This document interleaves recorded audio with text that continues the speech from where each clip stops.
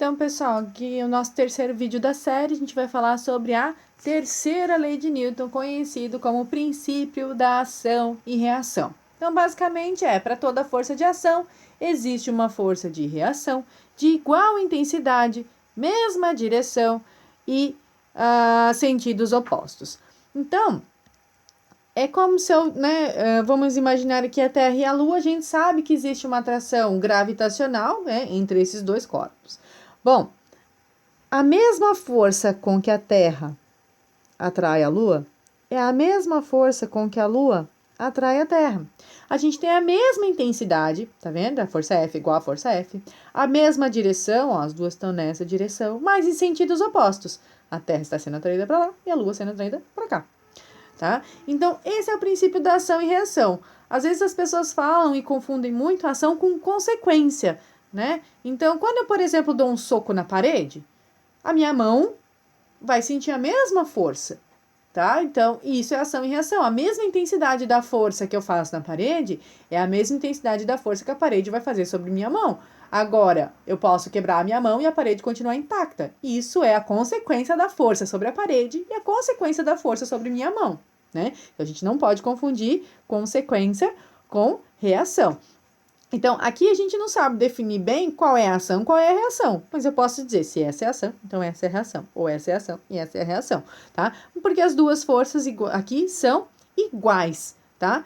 Mesma intensidade, mesma direção e sentidos opostos, né? Mesma coisa numa colisão. Uma colisão entre um automóvel e um caminhão, né? A mesma força que o caminhão vai fazer sobre o carro, então uma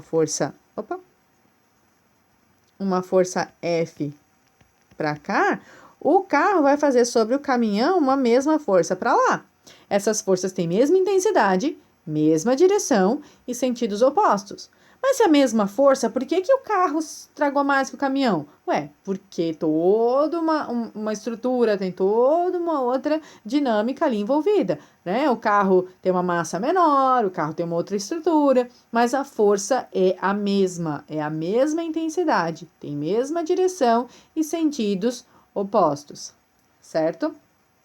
Bom, aqui, por exemplo, você vai abrir uma gaveta. Quando você puxa uma gaveta para abrir, você faz uma força na gaveta para cá e a mesma força para cá.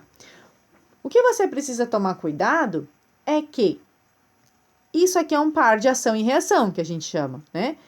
Agora, eu posso dizer que essas forças então se anulam porque elas são iguais, têm mesma direção, sentidos opostos? Não, elas não se anulam. Por quê? Porque é um par de ação e reação e ele não atua sobre o mesmo corpo. A ação é em um corpo e a reação é no outro corpo, tá? Então, um par de ação e reação, elas não se equilibram porque elas estão sendo aplicadas em corpos diferentes. Eu vou escrever isso aqui e já volto aqui com vocês.